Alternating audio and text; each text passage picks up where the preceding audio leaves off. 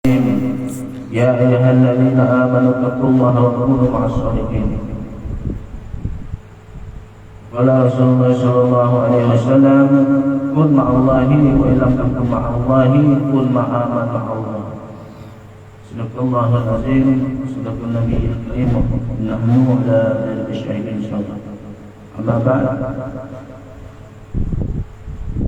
pertama-tama dan yang lebih utama, marilah kita senantiasa memanjatkan puja dan puji syukur kita kehadirat Allah Subhanahu wa Ta'ala dengan setinggi-tingginya pujian dan sebanyak-banyaknya ucapan rasa syukur kepada Allah Subhanahu wa Ta'ala, karena pada malam hari ini kita masih diberikan nikmat yang sangat luar biasa, yaitu nikmat sehat. Yang kedua juga nikmat sempat, dan masih dicurahkan oleh Allah Subhanahu wa Ta'ala taufik dan hidayah. Karena tanpa taufik dan hidayah, orang sehat dan sempat pun tidak akan datang bisa hadir di majelis-majelis yang mulia seperti ini. Karena dengan taufik dan hidayahnya Allah itulah orang yang tidak sempat pun jadi menyempatkan diri.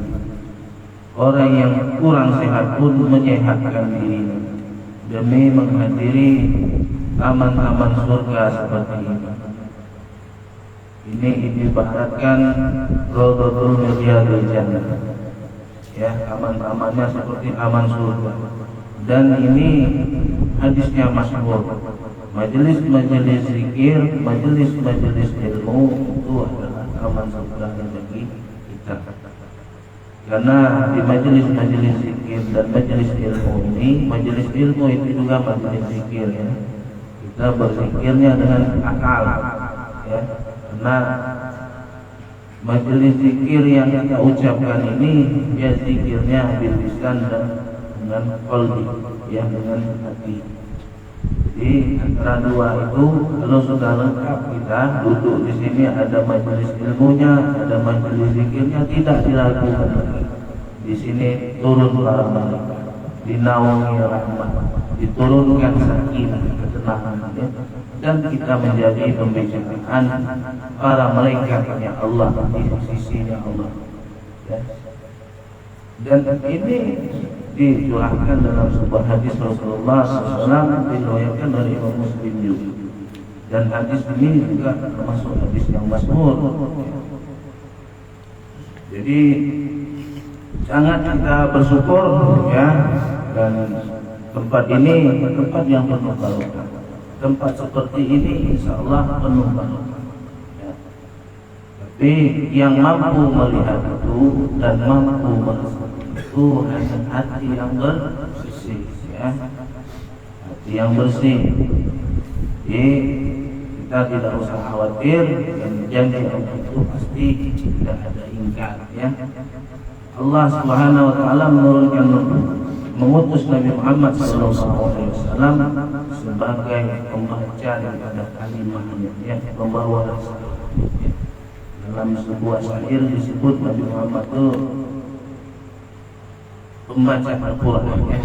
Nah, ada itu hadis, itu sering dipopulerkan waktu itu lagunya oleh almarhum rahimahullah Ustaz Bujek, ya. Ada lagu kita nyanyi ulah, nanti kita ulas kembali, ya.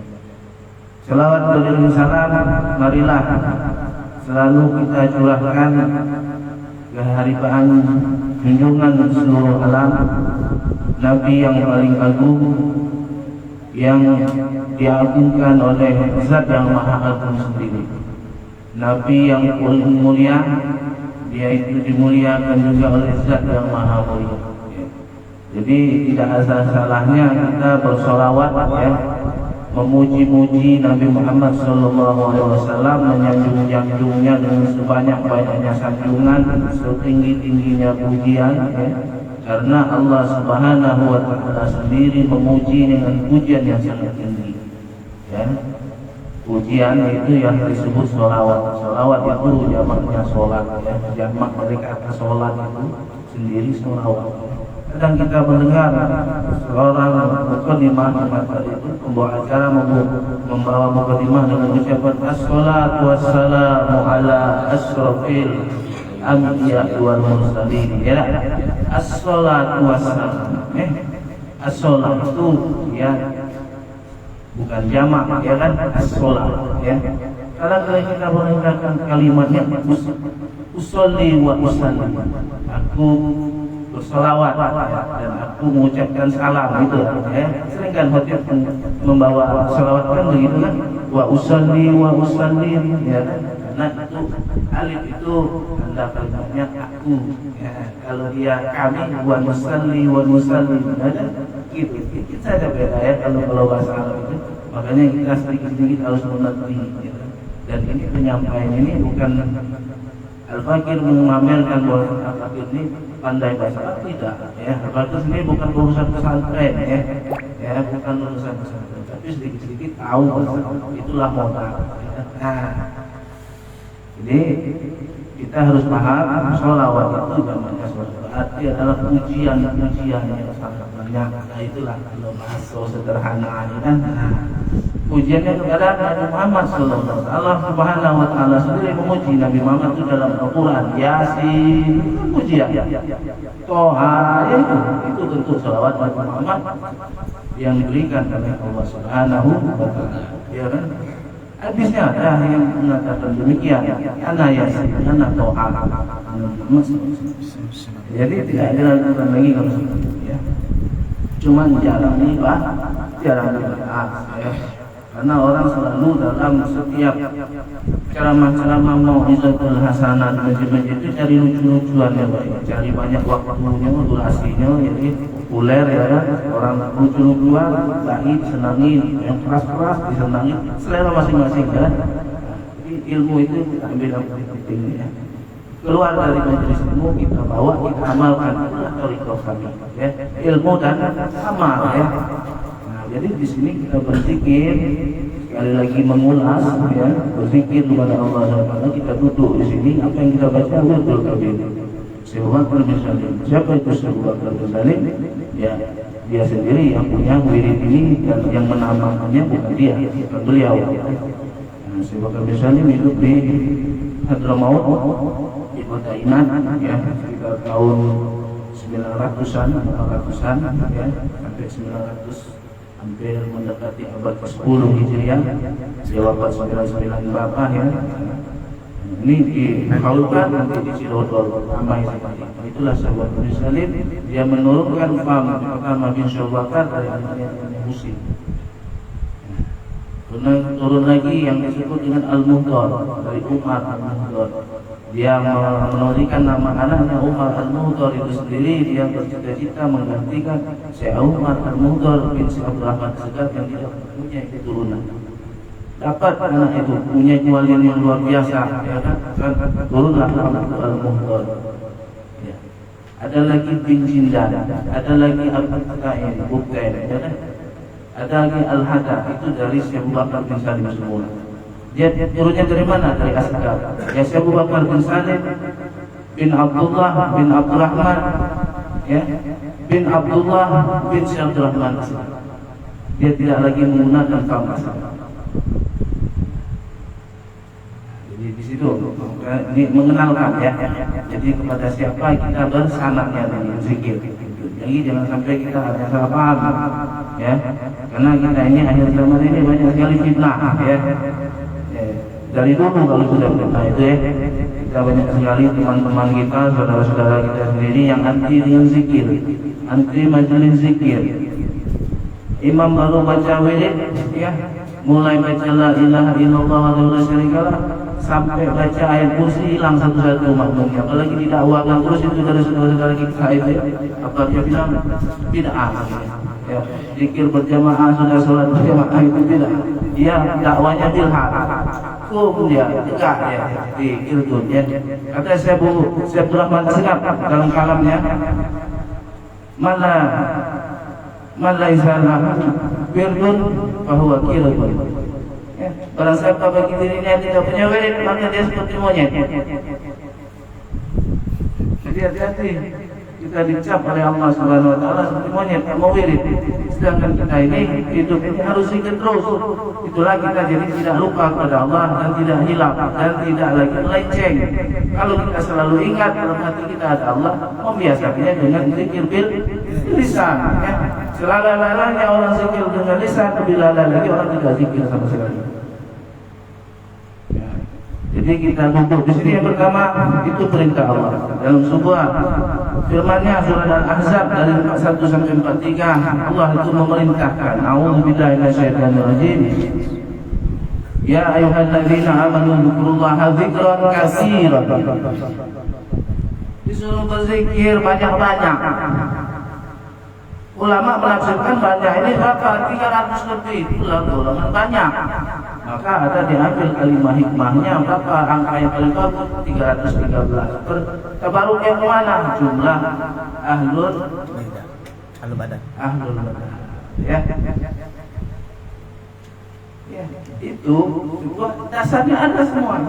Dasarnya ada, itu namanya ijtihad ulama untuk membimbing kemana, membimbing kita supaya dekat kepada Allah, supaya terus kepada jalan-jalannya khalifahnya Rasulullah Sallallahu Alaihi Wasallam. Dibimbing, disuruh zikir terus ya. Maka timbullah kita zikir untuk ini, untuk itu hanya pemicu mengajak kita supaya selalu berzikir kepada Allah Subhanahu Wa Taala supaya kita tidak lupa, tidak melenceng dari ajarannya. Wahid yang pertama yang bawah Nabi yang pertama kali mengajarkan tauhid satu cuma Allah itu tidak ada Tuhan yang lain tidak disembah. Karena kita ini sering lalai sifat nafsu ini mengajak melenceng. Carilah cara-cara yang lain yang keluar daripada jalannya tauhid yang bersih. Nah, ya. Jadi jangan khawatir ini nanti kita apa itu? Kenapa kita duduk di sini bersama wiridnya Syekh Abu Bakar bin Salim? Ini sudah perintah Allah Subhanahu Wa Taala dalam surat At-Taubah 119. Cek ya. Coba dibuka Al-Qur'an, ya ayyuhalladzina amanu taqullaha wa kunu ma'as shadiqin. Yang ahli ini sahibul wirid ini termasuk orang-orang as-siddiqin. Ya.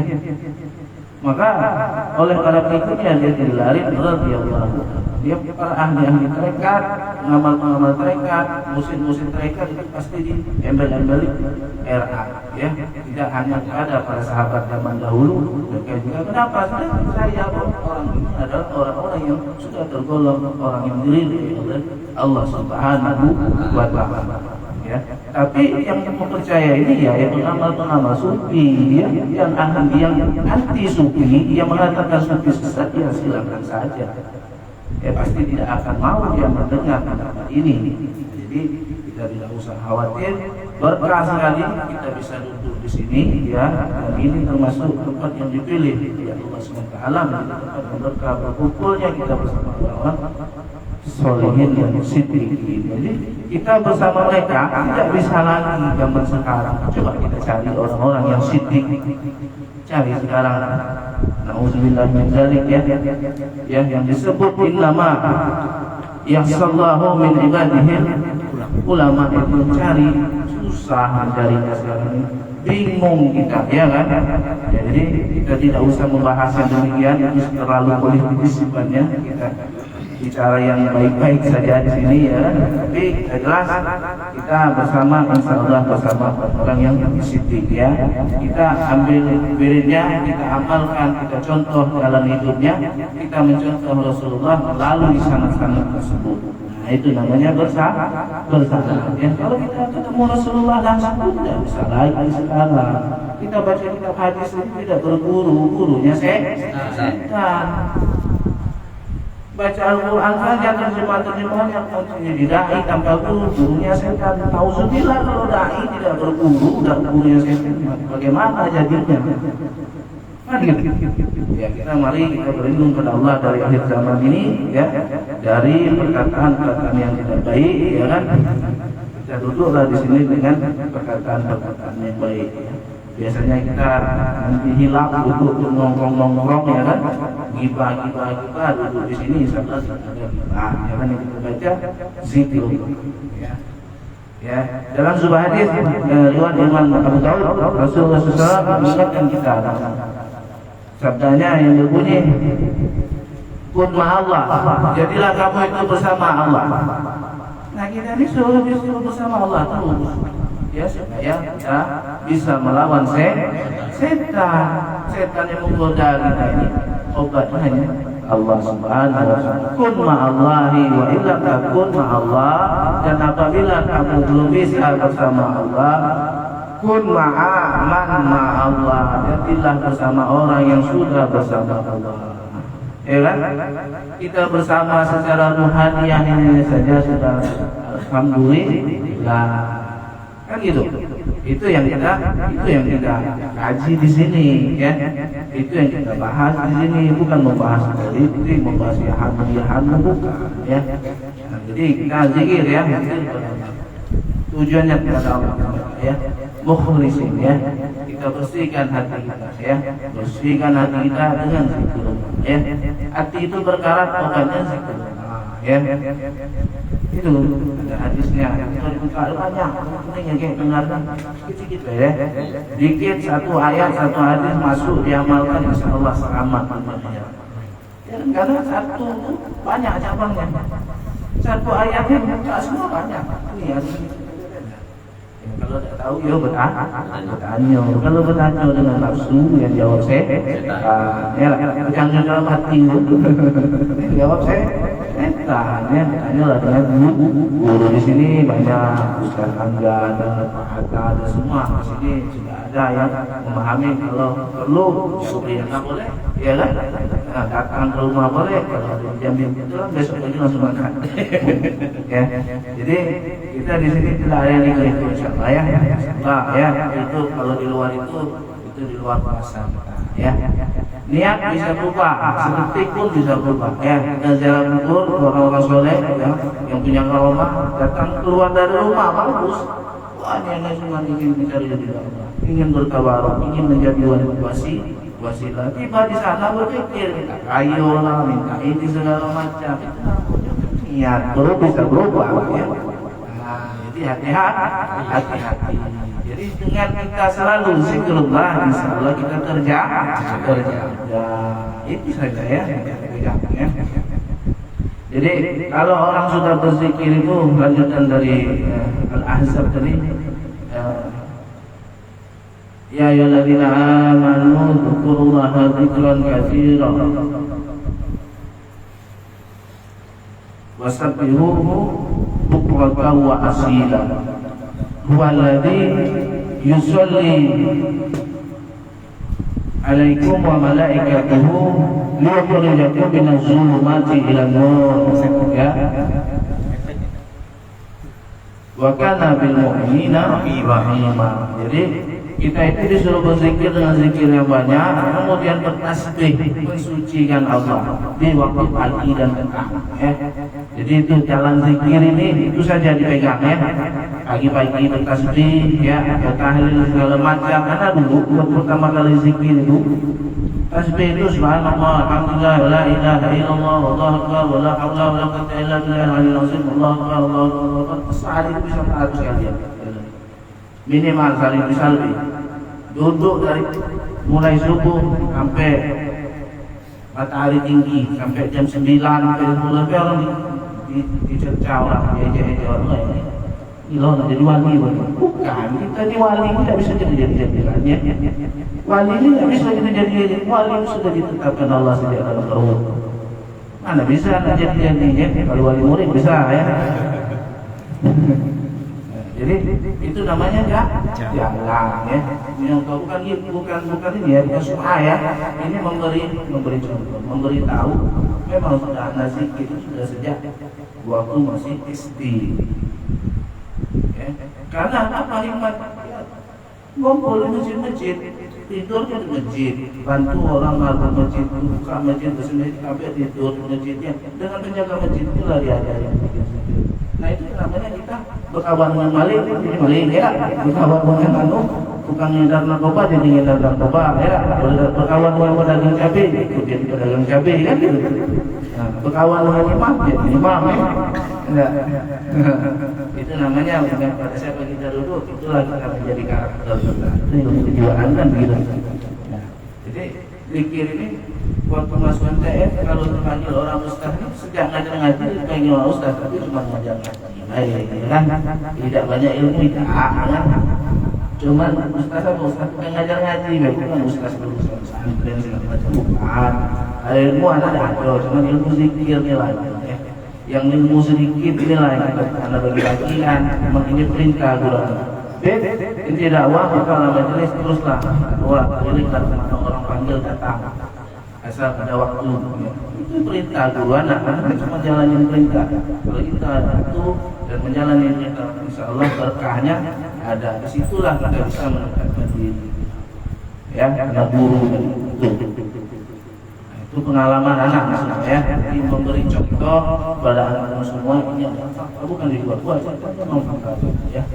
Jadi kalau soal karena ini apakah ulama menjawab bukan ini kebetulan dari diminta dan kawan-kawan mengajak ayo kita diajak orang pada jalan yang baik masa tidak mau ya kan bersyukur kita karena sesungguhnya itu hanya cara Allah saja ya mungkin Allah ngomong dengan anak Nabi pula ada kan ya Nabi ya kan nah kalau kita ini melalui nah itu namanya wasilah melalui ya itulah namanya Allah itu tidak bisa langsung kita tidak bisa langsung kepada Allah wasilah apa ayatnya ada ayatnya ya perintahnya itu ada dalam Al-Quran itu ada dalilnya bahwa wasilah itu memang perintah ya. Jadi bukan kita mensekutukan Allah datang kepada orang ini segala macam kadang-kadang bahasanya juga cukup nyelekit dukun dan orang ya bukan itu hanya bahasa sederhana saja kita terima saja apa yang disampaikan oleh masyarakat tapi kita cerna dengan baik dengan sabar ya sabar ini yang penting ya sabar ini kuatkan kesabaran ya dan bentengi diri kita dengan zikir. Nah itu perintah juga itu dalam surat Al-Imran 200 coba baca ya itu perintah disuruh sabar ya.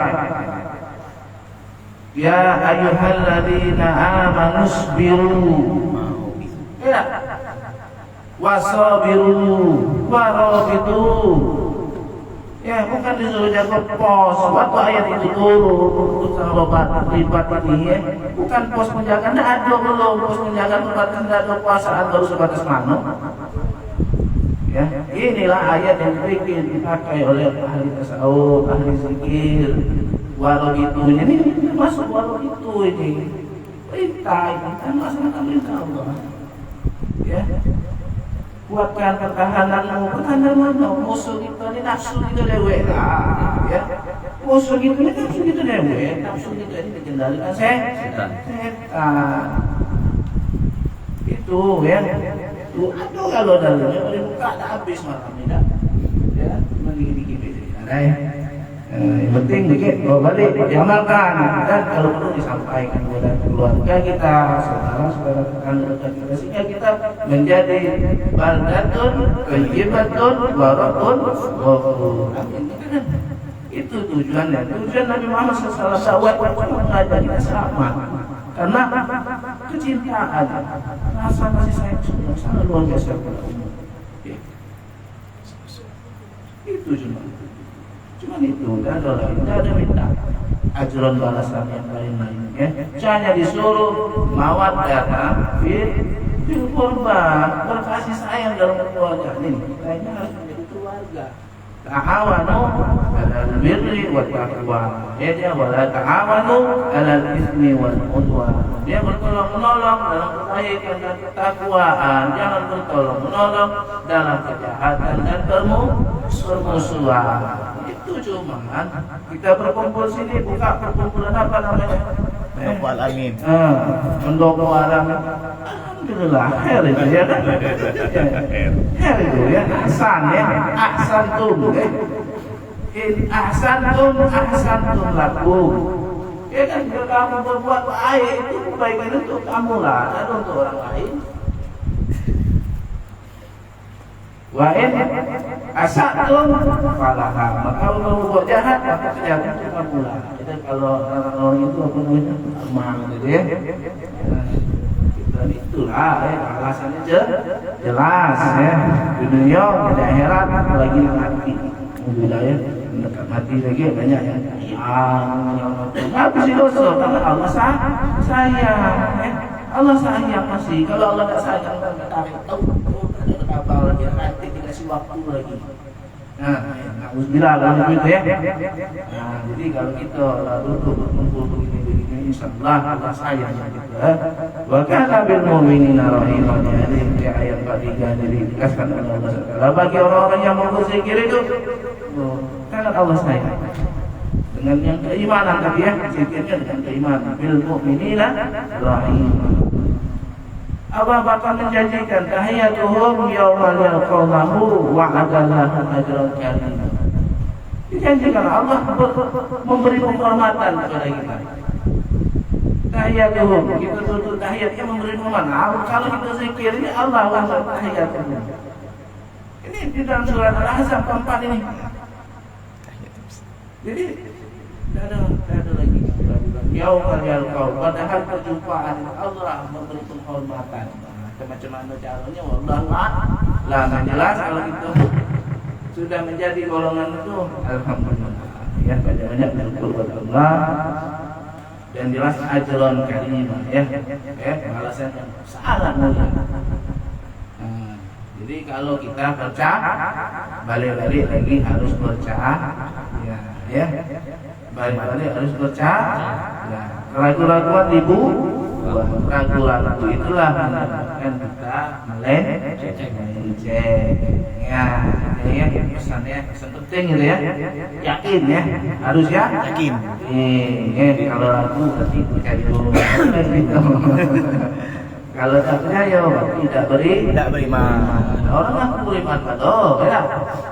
Ini yang dimana? Bukan penting. Ya, yang di tengah Allah itu bukan baju ini, bukan rupa kita yang ganteng murahnya, tapi hati ya. Kalau Allah sudah tak mau mandang kita, ya. Jadi mudah-mudahan jelas ya, jelas dan ini sebuah pegangan. Jadi kan pegangan yang sangat kuat ya. Yang ada lagu itu sudah kita pegang, insyaallah kita menjadi iman yang kuat ya. Kalau iman sudah kuat, insyaallah kita duduk pun melakukan dosa sedikit pun kita merasa dekat Allah itu nengok kita. Nah ini yang kita cari, itu yang dekat, yang katakan dekat pada Allah itu. Apa minta kabul. Tapi bukan minta yang macam-macam, kita cuma minta dikit ridho dan rahmat Allah. Itu kalau itu sudah dapat, alhamdulillah tenang itu yang kita cari ini ketenangan ya. Iya, banyak duit dan tenang percuma ya. Banyak duit tenang percuma ya. Apalagi kalau banyak masalah ya. Jadi setiap masalah itu mari kita hadapi dengan sabar ya, sabar. Karena setiap manusia diberi ujian. Ujian yang berat itu dialami oleh para nabi. Ya, Nabi Muhammad SAW itu ujiannya sangat berat dari kecil. Tapi dia bukan sosok yang miskin, kaya raya. Tapi dia lepaskan semuanya demi dakwah kepada Allah. Dia melamar istrinya Sayyidina Khadijah itu dengan lamaran sangat besar. Kalau unta, emang sekarang ini ukuran Mercy ya. Untanya berapa ratus untuk dia melamar itu? Kaya-raya bukan miskin saja, dia tidak rakus, tidak tamak, tidak mau mengendap harta. Bahkan tidak serupiah pun kalau sekarang dibahas dia punya duit baru saja meninggalkan dunia ini. Ya kenapa? Banyak sekali kalau kita ceritain banyak ya tidak bisa bisa tapi kita jadikan contoh saja ya. Apa yang kita punya kita gunakan sesuai peruntukan, sesuai syariat. Jadi pegangan kita syariat ya. Pegangan kita syariat ya. Jadi ilmu itu penting, belajar itu penting. ya. Jadi tidak masalah ya. Mudah-mudahan perkumpulan kita ini merupakan perkumpulan minas sholihin wasiddiqin. Amin. Ya. Mudah-mudahan kita berkumpul di sini berkahnya sangat banyak sekali. Segala hajat kita, hajat dikabulkan oleh Allah Subhanahu wa taala. Ya, pada intinya kita pertama kali minta ridho dan rahmat Allah Subhanahu wa taala. Ya, kita minta di sini mungkin ada air, kita jelas kali minta air ini sebagai air yang membawa obat, ya, membawa rahmat, ketenangan bagi kita, ya kan? Ya, kita bertabaruk dengan wirid kita ini. Mudah-mudahan Allah Subhanahu wa taala mengabulkan semua hajat kita terhadap apa yang kita hajatkan dari baik niat yang secara lisan maupun niat yang secara qalbu. Allah Maha tahu, ya. Insyaallah Allah kabulkan hajat kita berkat daripada Rasulullah kami sendiri, berkat daripada Rasulullah dengan kecintaannya kepada umatnya yang selalu dipikirkannya sampai akhir zaman nanti, sampai selamat kita dari fitnah akhir zaman dan fitnah dajjal, ya kan? Inilah yang kita harapkan. Semoga keluarga-keluarga kita, saudara-saudara kita yang kita sayangi ikutlah selamat, ya, selamat dari fitnah, ya, ikutlah jalan yang selamat mendapatkan hidayah Allah Subhanahu wa taala. Kita tidak usah berdakwah dengan keras, kita dakwah amar ma'ruf saja sudah cukup. Begini mengajak orang sikit-sikit ini sudah cukup, ya kan? Tidak mau biarlah, ya kan? Mesti diajak dulu, ya, ngomongin dulu. Tidak, ya mereka tidak tahu kan? Kasih tahu, bisa jadi bertabayun kita, ya kan? Jangan sampai orang ngomongnya yang tidak. Kita main aja, jangan dengan emosi, ya. Emosi mungkin dakwahnya Nabi Muhammad SAW. Kita slow saja, ya kan? Bahkan orang-orang berilmu pun pernah berkata pada anak-anak itu, jangan ajak buka kitab, ayo kita buka kitab, buka dalil, cari ke mana. Bilang dulu, ampun, memang benar. Majelis zikir ini luar biasa, tidak bisa dibaca, hanya saja omong-omong. Nah, biasa, ya. Kita ini persaingan itu biasa, ya.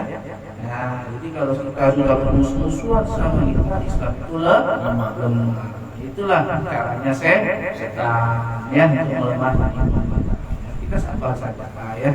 Mudah-mudahan inilah bagian ujian kita. Kalau lulus ujian sabar, insyaallah Allah angkat derajat kita, ya. Itu yang kita cari sebenarnya. Setiap ujian kita hadapi saja, ya, sabar. Insyaallah Allah beri sebuah hikmah di dalam kita, ya. Sakit, coba, ya. Asal kita sabar, insyaallah naik. Ya, kesusahan, musibah, kehilangan, kerugian itu coba, ya. Sadar bisa diselesaikan. Intinya sabar saja, ya. Insyaallah itu saja yang dapat saya sampaikan. Kalau belum itu benar, itu benar dan itu sungguhnya hanya benar. Kalau belum salah dan benar itu kehilangan itu sendiri, ya kan, yang kematian, ya. Mungkin kedepannya bisa kita, ya, kita saling mengingatkan. Ya, kita ini manusia ini ada hilaf, ya, ingat saling, ya. Tapi ingat yang baik dan sabar juga pengingatannya itu, jangan saling bantu pula tadi, ya. Ya, itu saja. Ya, mari kita membaca wirid kabir salim dan musadir nanti, ya. Semoga kita marilah kita pasangnya yang lurus, ya, yang bersih ridha Allah Subhanahu wa taala, ya. Kemudian kita nanti tahlil khusus daripada sahibul bait, ya, kata orang tua kita. Salam dan juga saya belum kenal juga, baru beberapa bulan yang lalu, ini belum sebulan lagi. Alhamdulillah kenal orang-orang baik di sini, ya. Pak ini ketua masjid di sini, ya, yang hajat mungkin, ya, yang hajatnya tersembunyi maupun yang sudah tersurat, mendoakan keluarganya supaya meninggalnya hadir, dan kita pun mengalirkan berkah kepada kita pasti, ya. Berkah kita mendoakan orang yang ada, ya. Jadi kita doakan, kita bacakan tahlil untuk doa, ya, kita tutup tulisnya juga dengan perbincangan yang baik lagi, ya. Itu saja sebenarnya. Kalau kita sudah berbincang dengan jadinya baik-baik, wali-wali malaikat itu betah dia di sini. Kalau kita sudah cerita yang buruk, apa buruk? Ya, itu sebenarnya. Jadi mudah-mudahan hajat daripada lengkap akan kabulkan oleh Allah Subhanahu wa taala. Mudah-mudahan akan diberi kesehatan, ya murah rezeki, panjang umur, sehat badan, dan keluarga-keluarganya semua juga demikian, dan yang hadir di sini juga kita doakan demikian, ya mudah-mudahan diberi kesehatan, ya terus diberikan kesempatan untuk bisa duduk bersama untuk semua di sini dan mencari Allah Subhanahu wa taala. Amin ya rabbal alamin. Wassalamualaikum warahmatullahi wabarakatuh.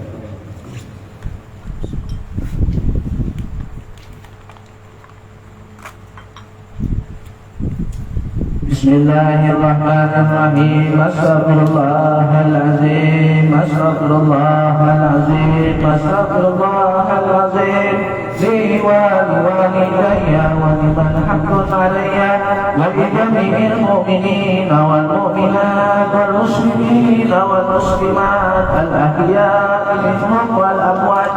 Astaghfirullahaladzim, astaghfirullahaladzim, astaghfirullahaladzim. Li walidayya wa liman haqqun alayya wa li jami'il mu'minina wal mu'minat wal muslimina wal muslimat al ahya'i minhum wal amwat. Astaghfirullahaladzim, astaghfirullahaladzim, astaghfirullahaladzim.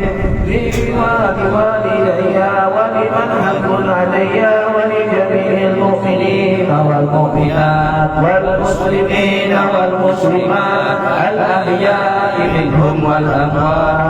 Astaghfirullahaladzim alladzi la ilaha illa huwal hayyul qayyum wa atubu ilayh. Astaghfirullahaladzim alladzi la ilaha illa huwal hayyul qayyum wa atubu ilayh. Astaghfirullahaladzim alladzi la ilaha illa huwal hayyul qayyum wa atubu ilayh. Ilahi anta maqsudi wa ridhaka al-matlubi wa ufawwidu amri ila Allah. Ilahi anta maqsudi wa ridhaka al-matlubi wa ufawwidu amri ila Allah. Ilahi anta maqsudi wa ridhaka al-matlubi wa ufawwidu amri ila Allah. Ashhadu an la ilaha illallah wa ashhadu anna Muhammadan Rasulullah. Allahumma salli wa sallim wa barik ala sayyidina Muhammadin wa ala ali sayyidina Muhammad. Fadilati adrikni ya Rasulullah. Allahumma salli wa sallim wa barik ala sayyidina Muhammadin wa ala ali sayyidina Muhammad. Fadilati adrikni ya Rasulullah.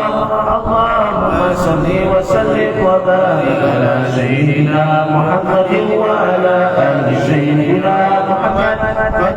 Fadilati adrikni ya Rasulullah.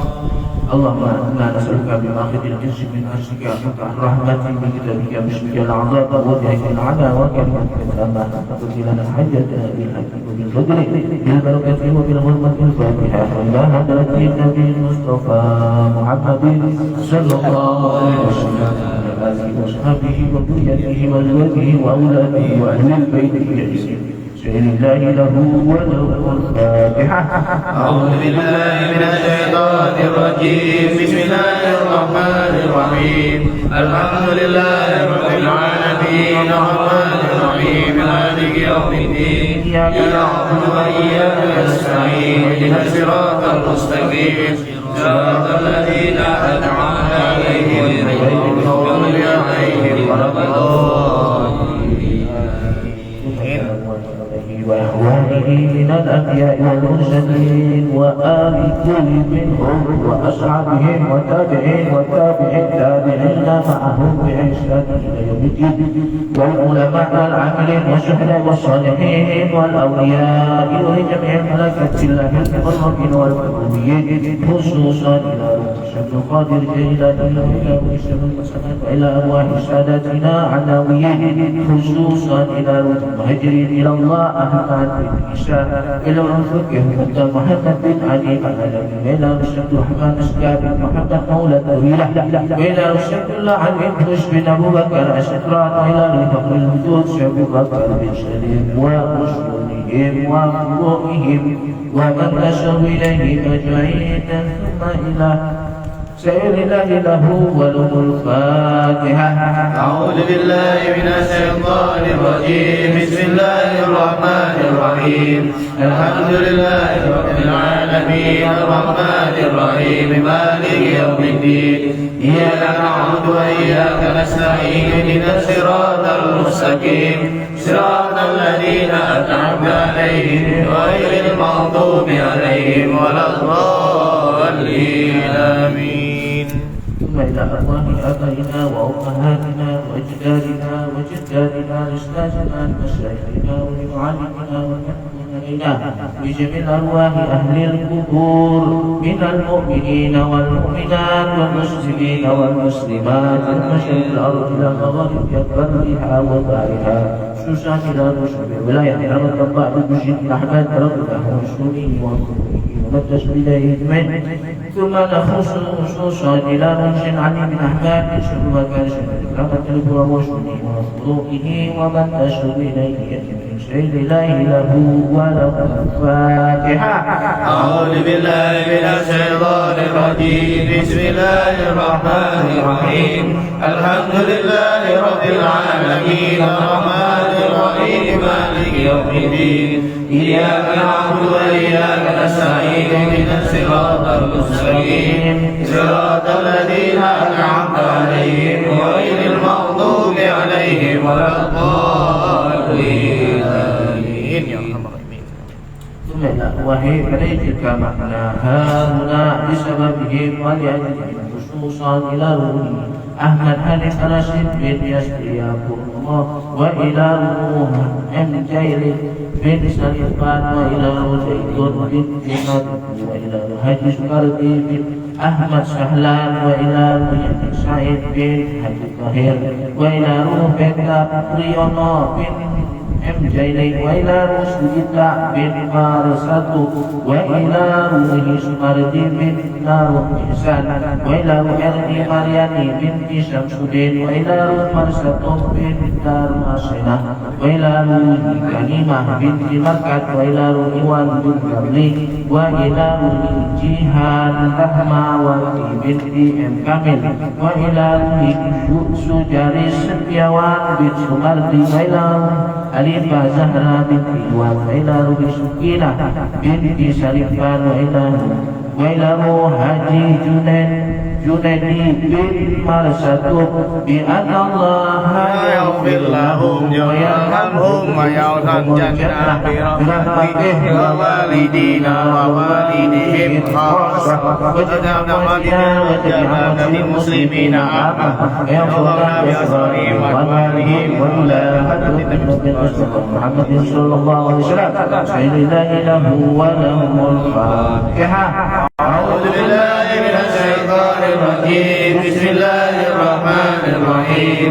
الحمد لله رب العالمين الرحمن الرحيم مالك يوم الدين. إياك نعبد وإياك نستعين اهدنا الصراط المستقيم صراط الذين أنعمت عليهم غير المغضوب عليهم ولا الضالين آمين. إلى حاجتنا من الحاكرين والهديات سبيل الله لهم الفاتحة. أعوذ بالله من الشيطان الرجيم. بسم الله الرحمن الرحيم.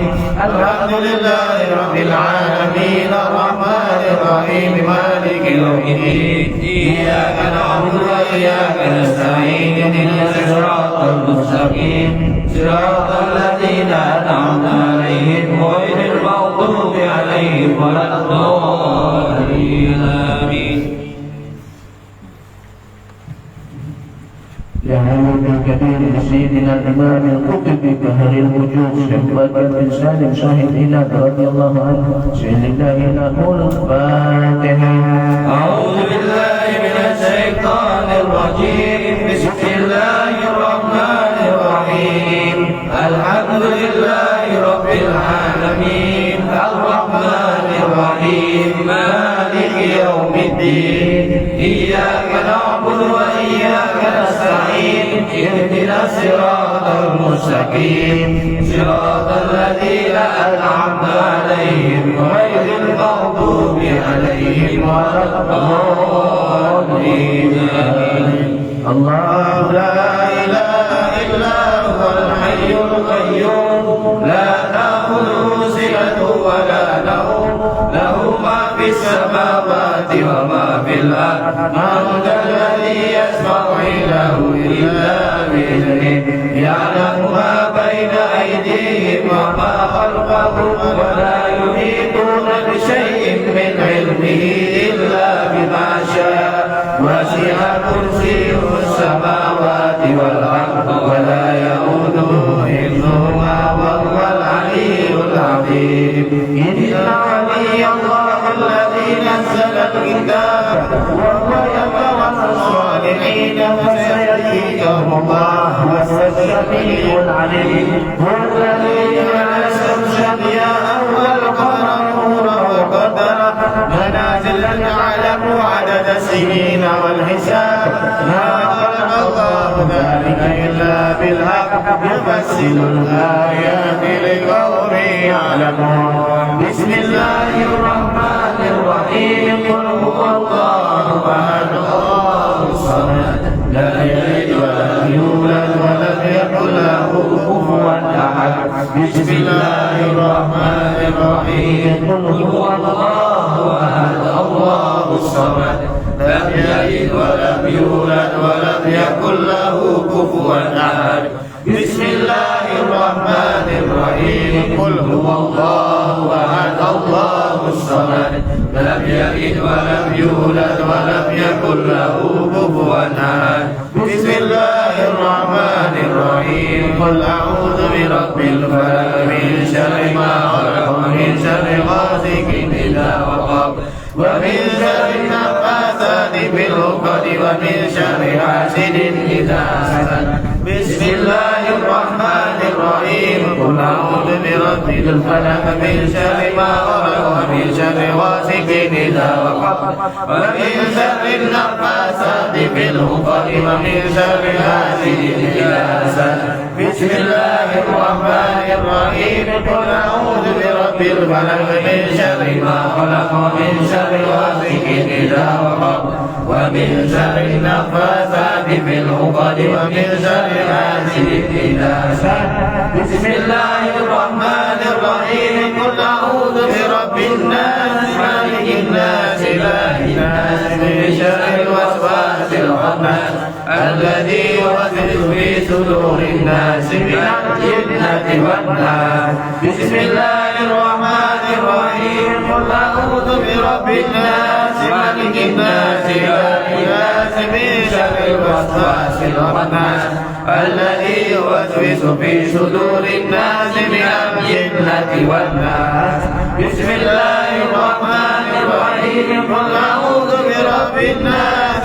مالك الناس إله الناس من شر الوسواس الخناس الذي يوسوس في صدور الناس من الجنة والناس بسم الله الرحمن الرحيم إن ربي لغفور رحيم اللهم إني أسألك بسر سرك المسرور اسمك والتوفيق والحفظ والإرادة والهداية والولاية بحفظ بما حفظت به كتابك المبين وعبادك الصالحين المصطفين الأبرار المقربين وفق علينا بمياه العناية والتوفيق والمحبة الصادقة الصديقية وارزقنا بالكنز لا حول ولا قوة إلا بالله العلي العظيم واغفر لي ويسر لي من الأولاد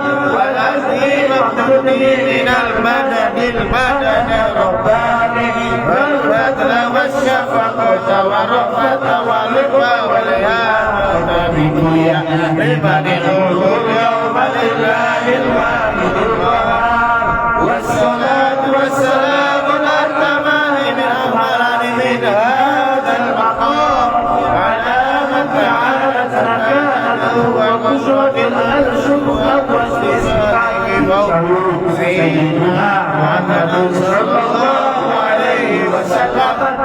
الخطأ وعلى آله وصحبه آمين تنزيل الكتاب من الله العزيز العليم وبالكتاب وقابلك بشديد وبشده لا إله إلا هو إليه المصير وهو الحق المبين يا ذا الكرم والوفاء يا عالم السر والغفاء يا قوي يا عزيز نسألك الرشاد من حركة وسكنات وأسل علينا نور الأغمار واجعلنا بمشاهدك العقابية وارزقنا أسنى حسن الصراط الأمير وأهلنا وارحمنا واهدنا حماية تقينا من سائر الفتن ما ظهر منها وما بطن واجعلنا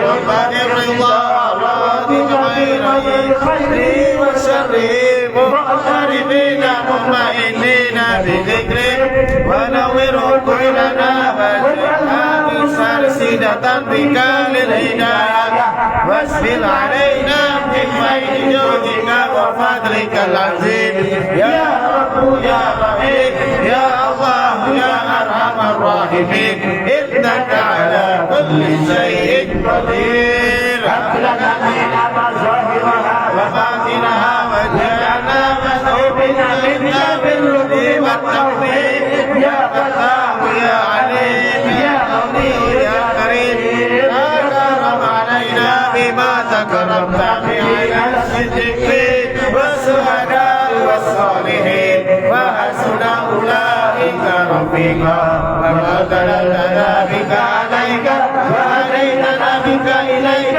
واجعلنا الدائرين عليك الراغبين بفضلك إليك مع صفاء السريرة يا رب وعصمة قوية من الشيطان الرجيم يا رب وعصمة قوية من الشيطان الرجيم يا رب وعصمة قوية من الشيطان الرجيم وابلغنا من أجلك واصلح ما ظهر منها وما بطن والصبر والمعنى واجعلنا جميع سبيلنا لك خالصة وحجة على أعدائك وأهدنا إلى سؤال منك واجعل توحيدنا وفقير واسلكنا بنا نهج المقربين وأكرمنا إلى حضرة الصديقين إلى رتبة الكمال والفتقان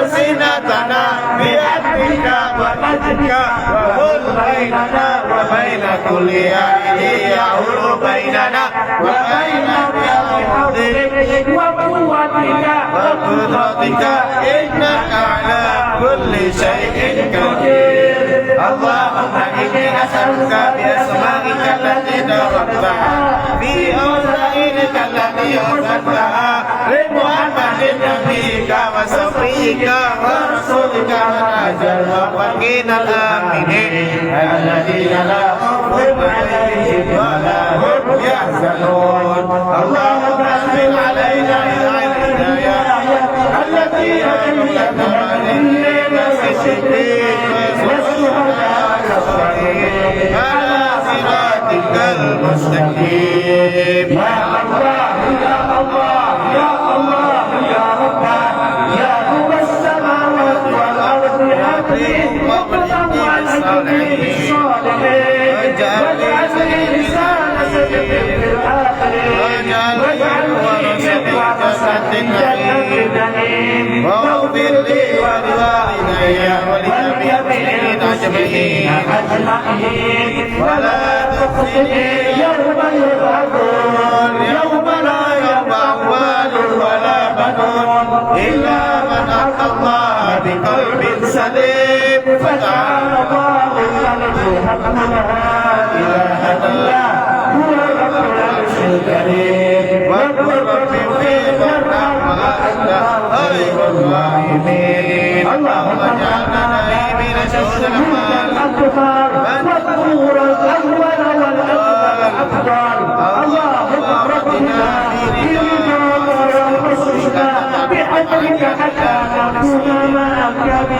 المخلصين آمين آمين آمين آمين آمين آمين آمين ياسين والقرآن الحكيم إنك لمن المرسلين وحسنت عليك بسر سرك الرابط الذي وسعت كرسيه السماوات والأرض ولا يئوده حفظهما وهو العلي العظيم وجعلنا إذا تعرض عليه الصلاة والسلام ورحمة من حفظك من عبادك وأوليائك ولا تجعلنا ممن أعتدى الشقاوة فأعطني وتحيي مواهب الشهداء واحسنا من أوائل الأصفياء والسعيد المرضى وتعنيد ولسؤال حسنا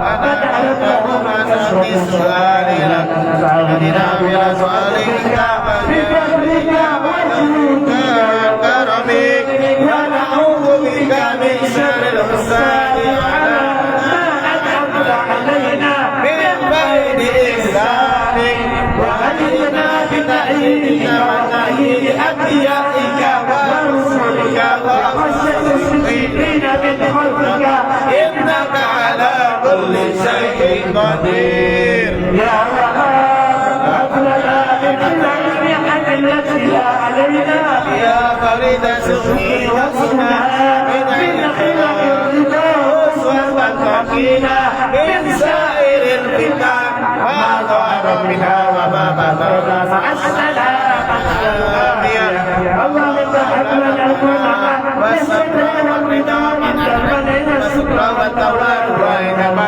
والرزق يستقيم وهب لنا عين ولا أذن سمعا ولا خطر على قلب بشر ربنا ظلمنا أنفسنا وإن لم تغفر لنا وترحمنا لنكونن من الخاسرين ربنا عليك توكلنا وإليك أنبنا وإليك المصير إن ولي الله الذي نزل الكتاب وهدى والصالحين اللهم ارزقنا وأسنا واهدنا وأرشدنا إلى أسنى طريق العارفين وبلغنا ما بلغناه من السر المسؤول الذي جعلته سبيلة الصديقين الذين عليهم بالنعم العملية آبا يا عيسى ياسين والقرآن الحكيم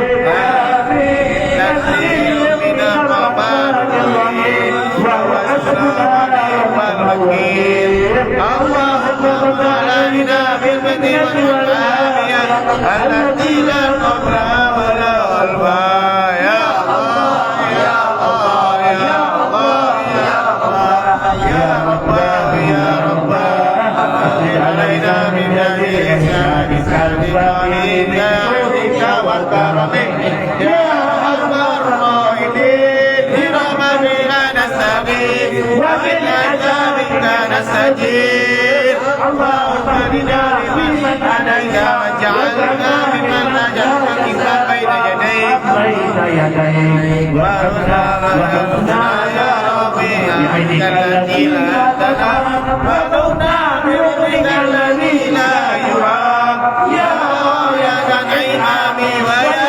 شفاء أسقامي يا غاية الإنعام ويا شفاء أسقامي يا غاية الإنعام ويا شفاء أسقامي اللهم يا سميع يا بصير يا عليم يا عليم أسألك أن تحفظنا وتحرسنا من كيد الكائدين وشر الحاسدين واجعل كيدهم في نحورهم يا أرحم الراحمين وهب لنا من لدنك رحمة إنك أنت الوهاب هب لنا إيمانا دائما وقلبا خاشعا وعلما نافعا ورزقا واسعا لا حساب ولا حساب ولا حساب ومنة سابقة أزلية يا عليم يا عظيم يا عليم يا عليم قد منعني ولد علي منك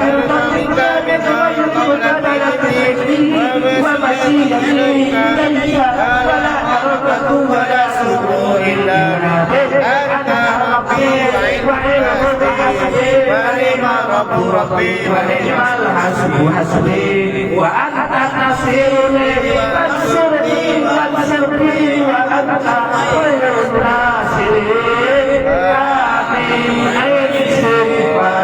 لما يقول شكر العرش مشكور علينا وعين الله نشرت إلينا بأمر الله يقدر علينا والله من ورائكم أنا الذي يجري له المفروض ربنا بك علينا ربنا بك علينا إن ولي الله الذي نزل الكتاب وهو يتولى الصالحين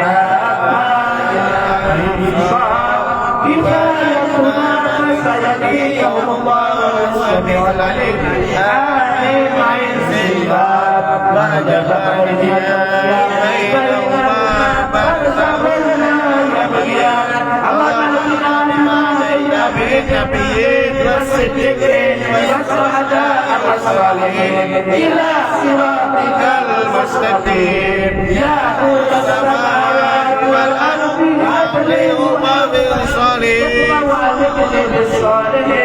واجعلني لسان ذكر الآخرين واجعلني من ورثة جنة النعيم واغفر لي ولوالدي ولجميع المسلمين وقد عززت بعز العزة والجبروت وتوكلت على الحي الذي لا يموت ساعة الوجود وحالة الوجود الحي القيوم وقد خاب من حمل ظلما وقد خاب من حمل ظلما وقد خاب من حمل ظلما آمين ثم الأمر وجاء النصر وعلينا لا ينصرون وانصرنا بنصرك وعزنا بذكرك انصرنا بنصرك وعزنا بذكرك انصرنا بنصرك وعزنا بذكرك واجعلنا من أهل رشدك مع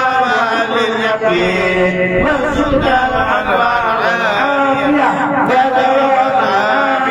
وارزقنا العافية واجعلنا دائما في الدين والدنيا والآخرة لنا يا ربي ولذريتنا ولوالدينا وأولادنا وجميع المسلمين جعلنا الله من الذين لا خوف عليهم ولا هم يحزنون أولئك رضي الله على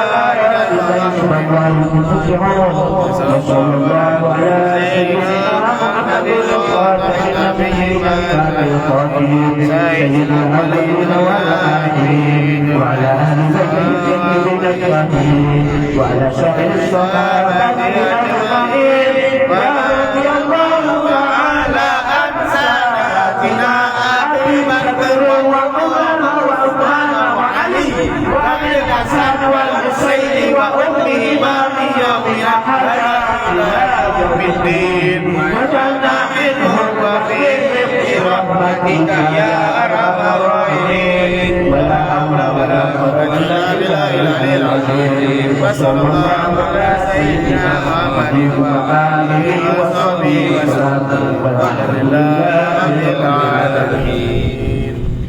بسم الله الرحمن الرحيم. اللهم يا عظيم السلطان يا خطيب الإنسان يا دائم النعم يا كثير الجود يا واسع العطاء يا عفي اللطف يا عليم لا يزال صلي على سيدنا محمد وآله وسلم وارض عن الصحابة أجمعين. اللهم لك الحمد شكرا ولنا الملك فضلا وأنت ربنا حقا ونحن عبيدك رقا وأنت لم تزل ذلك عنا. اللهم يا ميسر أسر ويا جابر كل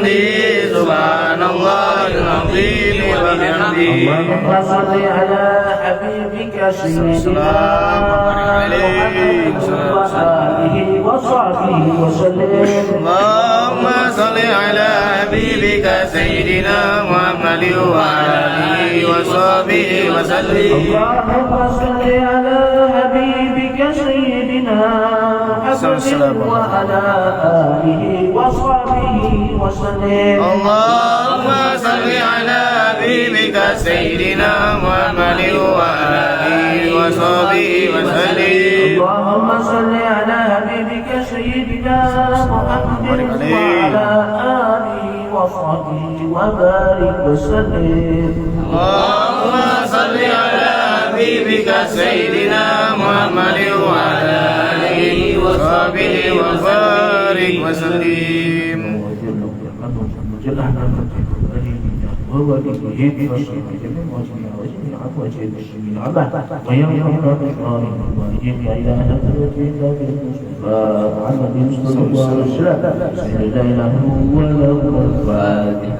أعوذ بالله من الشيطان الرجيم بسم الله الرحمن الرحيم الحمد لله رب العالمين الرحمن الرحيم مالك يوم الدين إياك نعبد وإياك نستعين صراط الذين أنعمت عليهم غير المغضوب عليهم ولا الضالين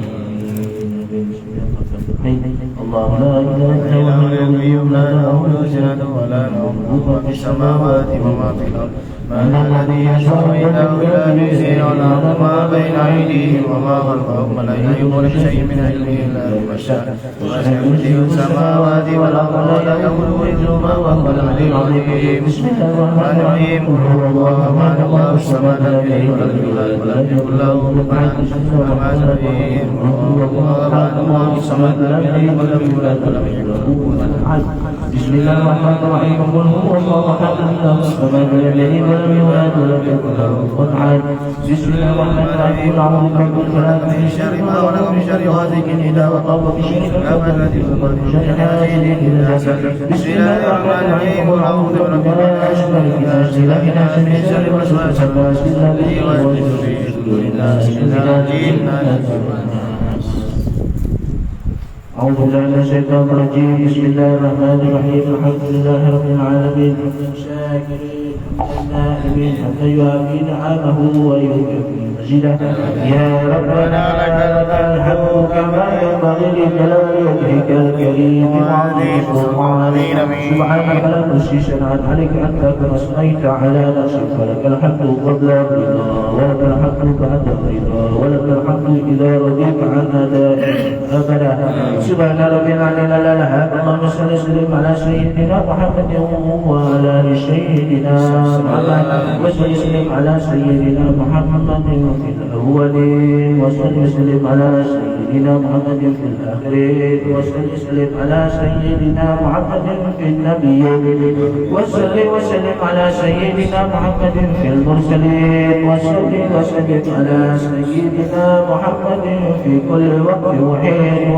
وسلم على سيدنا محمد في الملأ الأعلى إلى يوم الدين اللهم صل على النبي المكملة ورحمة المنزلة سيدنا نبينا شفينا محمد وعلى آله وصحبه وسلم اللهم عليه يا ذا البهاء والجلال بكرة وأصيلا اللهم كما خصصتنا بكتابك الكريم وهديتنا إلى صراطك المستقيم أسلم به بنا جميع ما فسد وطهر به بنا ما ظهر منها وما بطن اللهم اشرح بالقرآن صدورنا ويسر به أمورنا وظلم به أجورنا واشف به أخلاقنا واشف به أرزاقنا ونور به قبورنا سبحان النافس عن كل مديون سبحان المفرج عن كل محزون سبحان من جعل خزائنه بين الكاف والنون سبحان من إذا أراد شيئا أن يقول له كن فيكون. يا مفرج فرج، يا مفرج فرج، يا مفرج فرج، يا مفرج فرج فرج عنا همنا وغمنا فرجا آجلا برحمتك يا أرحم الراحمين. اللهم تقبل وأوصل ثواب ما قرأناه من القرآن العظيم، وما هللنا وما سبحنا وما استغفرنا وما صلينا على نبيك محمد صلى الله عليه وسلم في هذا المجلس المبارك هدية واصلة ورحمة نازلة وبركة شاملة وصدقة إن شاء الله تقبل تقدمها ونهدها إلى حضرة حبيبنا وشفيعنا وقرة أعيننا سيدنا ومولانا محمد بن عبد الله رسول الله صلى الله عليه وسلم وآله وأصحابه وذرياته وأزواجه وأولاده وأهل بيته أجمعين، ثم إلى أرواح أبيه وأخباره الأنبياء والمرسلين وآل كل منهم وأصحابهم والتابعين وتابع التابعين معهم بإحسان إلى يوم الدين، والعلماء والعاملين الشهداء والصالحين والأولياء ولجميع الملائكة الله المقربين والمقربين،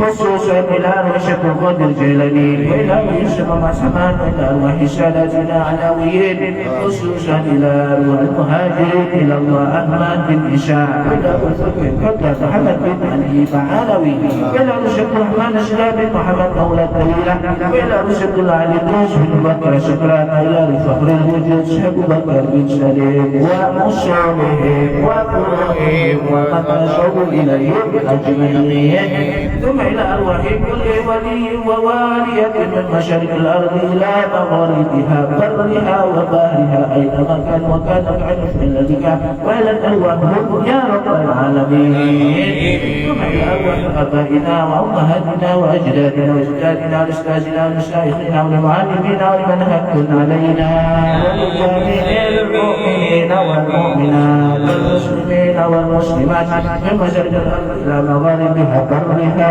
وبحرها وشمسها إلى رسول الولاية كرم الأنباء بشر الرحمن ربنا وشره وفروعه ومن تشرب إلى الجميع، ثم نخص خصوصا إلى روح شيخ علي بن أحمد بن شربكة شيخ علي محمد بن بن وشره وفروعه ومن تشرب إليه أجمعين، ثم إلى أرواح من اجتمعنا هاهنا بشبابهم ولأجلهم، خصوصا إلى روح أحمد حنيف رشيد بنتي يسري أبو نمو إلى روح MJM بن سليم وإلى روح جيد بنت مالك وإلى روح هدي سكار بن أحمد شحلان وإلى روح سعيد بن هدي طاهر وإلى روح أبريون بن MJل وإلى روح سلوكة بن فارسات وإلى روح مرتين بن روح إحسان وإلى روح مريم بنت شمسودين وإلى روح مرسد بن المشينا وإلى روح كنيمة بنت مركز وإلى روح وان بن ربي وإلى روح جهان رحمة بنت كامل وإلى روح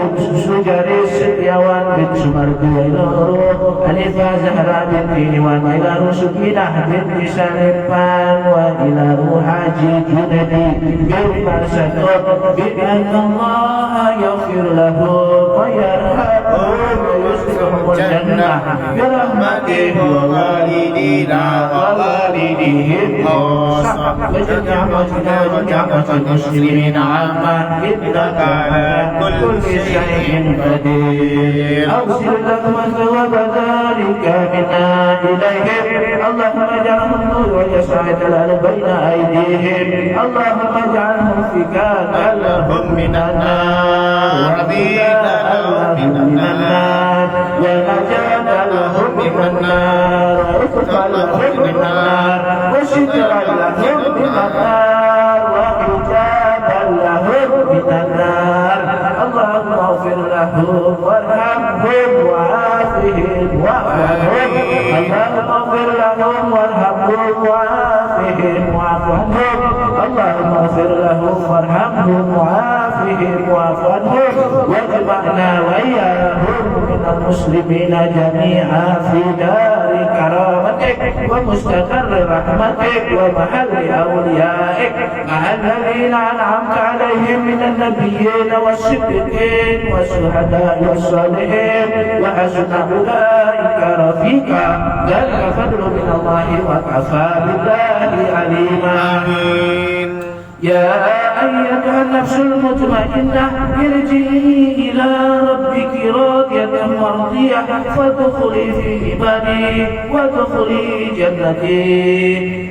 إن الله وملائكته يصلون على النبي يا أيها الذين آمنوا صلوا عليه وسلموا تسليما. اللهم صل وسلم على سيدنا محمد صاحب التاج والمحراب والبراق والعلم ودافع البلاء والوباء والمرض والعذاب اسمه طاهر مطهر معصوم منور اسمه مكتوب مرفوع موضوع على الأهوال والكلام شمس الضحى بدر الدجى الهدى باسمه الإسلام سيد الكونين والشرف والثقلين أبو القاسم سيدنا محمد بن عبد الله بن عبد المطلب بن هاشم سيد العرب والعجب بالهرمين محبوب إلى رب المشرقين والمغربين. فيا أيها المشتاقون لكل جماله صلوا عليه وسلموا تسليما. اللهم صل وسلم وبارك عليه.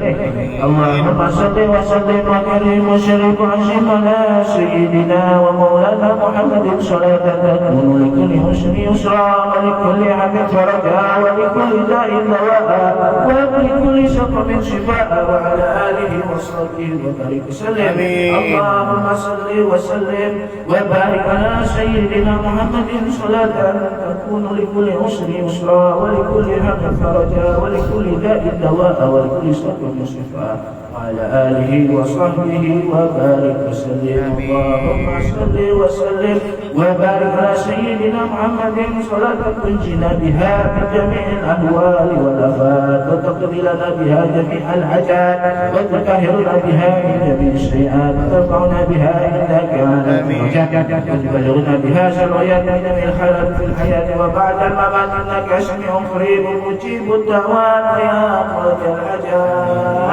اللهم اغفر لنا ذنوبنا ولوالدينا وارحمهم كما ربونا صغارا ولجميع المؤمنين والمؤمنات والمسلمين والمسلمات الأحياء منهم والأموات وتبع بيننا وبينهم الخير واغفر لهم أنت خير الراحمين.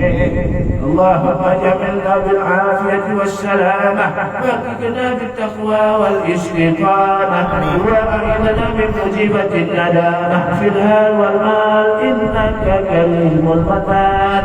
اللهم إنا نسألك سلامة في الدين وعافية في الجسد والشرع في العلم وبركة في الرزق وتوبة قبل الموت ورحمة عند الموت ومغفرة بعد الموت. اللهم حفظ علينا في سكرات الموت والنجاة من النار والأفواه عند الحساب. اللهم اختم لنا بحسن الخاتمة ولا تختم علينا بسوء الخاتمة. اللهم اختم لنا بحسن الخاتمة ولا تختم علينا بسوء الخاتمة. اللهم اختم لنا بحسن الخاتمة ولا تختم علينا بسوء الخاتمة. اللهم أرنا الحق حقا وارزقنا اتباعه وأرنا الباطل باطلا وارزقنا اجتنابه وارزقنا منك لا حول ولا قوة إلا بالله العلي العظيم.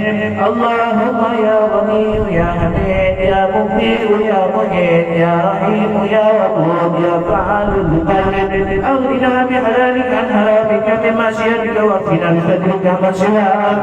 اللهم يا غني يا حميد يا مبدئ يا مهين يا رحيم يا ودود يا فعال للخير يا ذو العرش المجيد أغننا بحلالك عن حرامك من معصيتك واكفنا بفضلك من سواك.